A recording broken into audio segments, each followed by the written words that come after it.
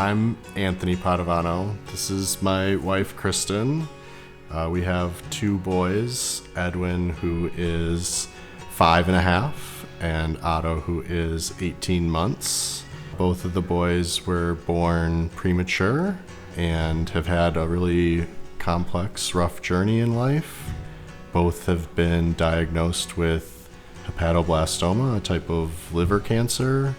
With Edwin, it was a shock, and we were scared. And with Otto, it was, I think my first reaction was anger that it was happening again. Hepatoblastoma is the most common pediatric cancer of the liver. Even though it's the most common, is incredibly rare. Incidence is only 2 per million children. So the fact that two brothers would both have it, it's still lightning striking twice in the same place.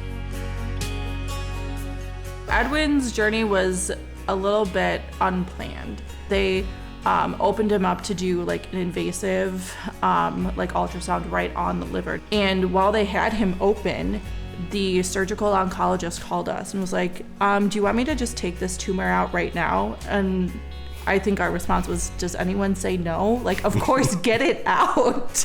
And he had like 2 rounds of mop-up chemo. It was about 6 weeks and we were done.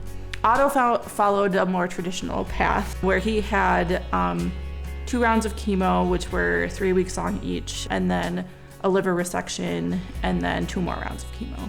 Kids going through cancer treatment are impacted in a variety of different ways. Physically, they encounter a number of different complications. It also impacts them socially. For someone at Otto's age, he's not able to do all of the baby things and toddler things that he should be doing at that age, and his development is definitely slowed. It's a really tough journey and one that's an unfair ask of these kids. Edwin, when he was diagnosed, the standard of care was the Children's Oncology Group protocol for hepatoblastoma at the time. As part of his surveillance at the end of therapy, had to do lots of scans of his liver and scans of his lungs. And that's really challenging for premature infants who have a lot of lung disease. Otto, now benefiting from what we learned in the study that Edwin was involved in, we can monitor him and we don't need to do as many scans, which is just really kind of remarkable. You get to see firsthand how participation in clinical trials helps, right? From family to family, brother to brother, which is incredible.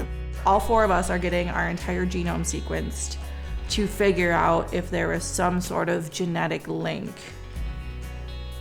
or mutation or something that has caused both boys to be diagnosed with hepatoblastoma, because no one is willing to accept that it was just lightning striking twice.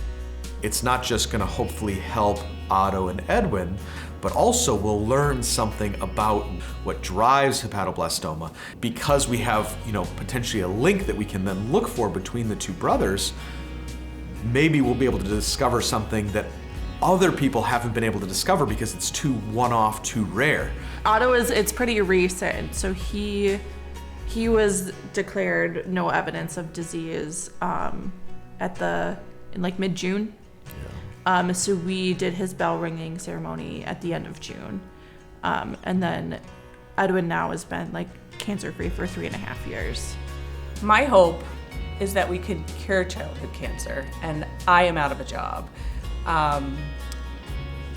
Until we get to that point, I think we all are hoping for that targeted therapies that really can minimize these toxicities, that it can minimize the impact on families as they're being treated, so that they as a family are able to cope differently through a cancer diagnosis. It's incredibly important for people to give to organizations like the MACC Fund so that the next sort of generation of children that are diagnosed have it better than the ones that are being diagnosed right now. Childhood cancer research is so important because you're not just saving a life. This child has their entire life ahead of them.